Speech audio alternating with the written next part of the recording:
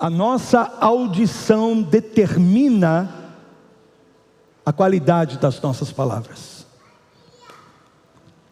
Nós somos compostos tanto fisicamente quanto espiritualmente para primeiro ouvir e depois falar. Uma criança no natural, ela não pode falar sem que primeiro ela escute. E ela só vai falar porque ela escuta. E ela só fala aquilo que ela exatamente escuta.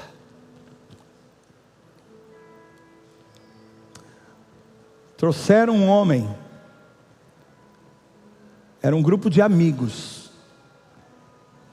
Quer dizer, esses homens consideravam esse amigo, porque o levaram para Jesus, dizendo: Senhor, ele é precioso para nós, ele tem valor, mas a gente não entende nada do que ele fala.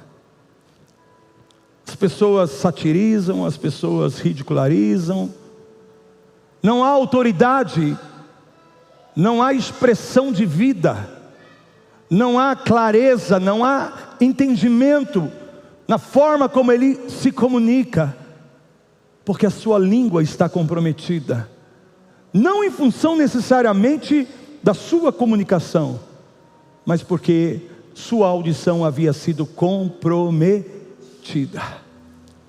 E com o tempo, ele foi passando a ter dificuldade para se expressar de forma verbal.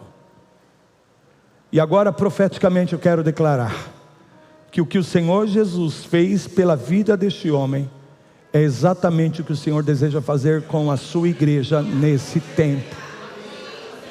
O que eu estou falando?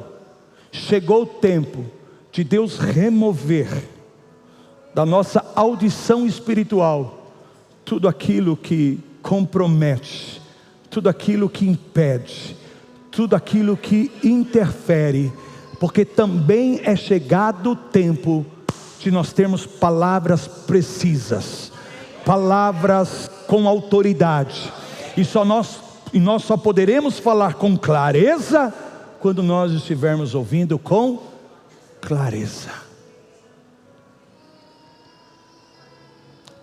Durante todo esse texto, você vai ver que Jesus não faz absolutamente nada por acaso, amados. Amém? Sempre há uma história por trás da história naquilo que Jesus está fazendo. Amém? E se nós lermos o capítulo anterior, o capítulo posterior, eu estou lendo o capítulo 7, versículo 32. Nós não temos tempo, mas você vai ver que há uma história aí por trás da história. No capítulo 6, vou pegar aqui uns eventos principais. Jesus multiplica os pães e os peixes. A primeira grande multiplicação. Amém?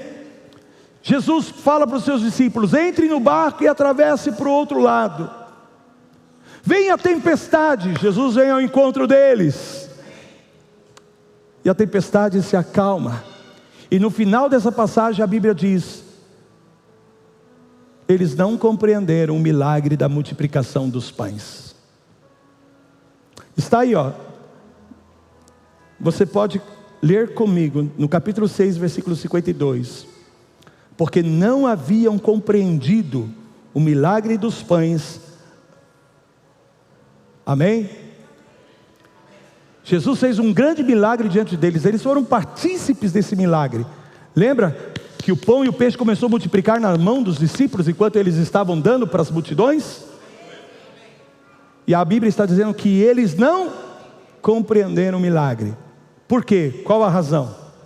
A Bíblia diz: porque o coração estava endurecido.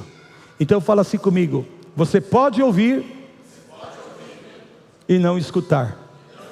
Você pode ver e não perceber, por causa da dureza do coração.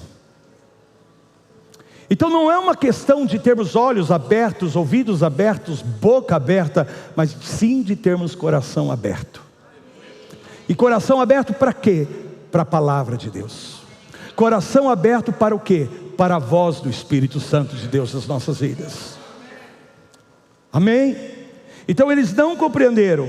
No capítulo 7, versículo 14 e 16, que antecede o texto que nós lemos, fala que Jesus convocou a multidão. Vou ler aí com vocês, 14 e 16, olha como é tremenda a palavra. Convocando ele de novo a multidão, disse-lhes: ouvi-me todos e entendei. Olha a ordem: ouvir e entender. Não há nada fora do homem que entrando nele o possa contaminar, mas o que sai do homem é o que... Vocês estão lendo comigo? O que diz aí no final desse versículo? Hã?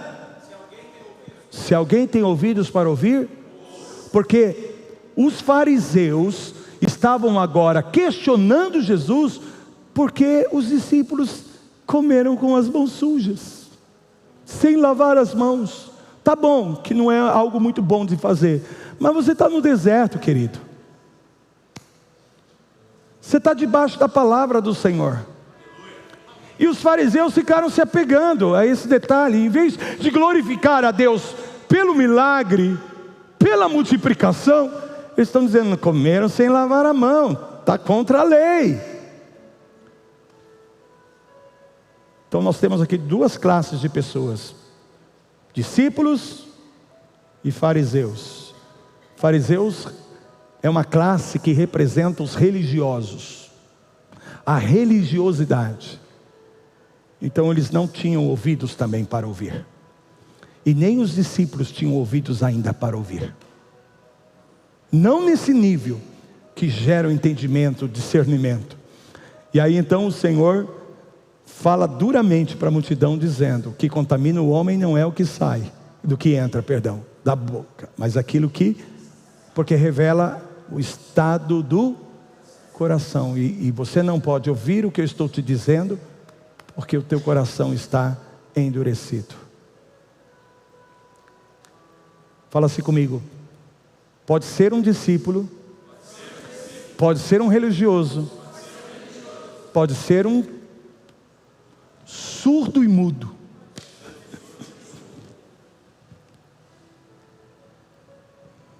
Pelo menos o surdo tinha razão, motivo justo pelo qual ele não podia ouvir.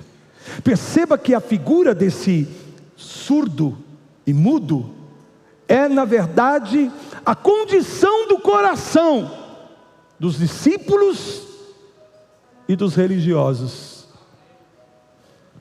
Porque a gente pode pensar que só porque nós estamos na igreja, porque nós praticamos algumas coisas, estamos discernindo, estamos de verdade ouvindo o que Deus está falando.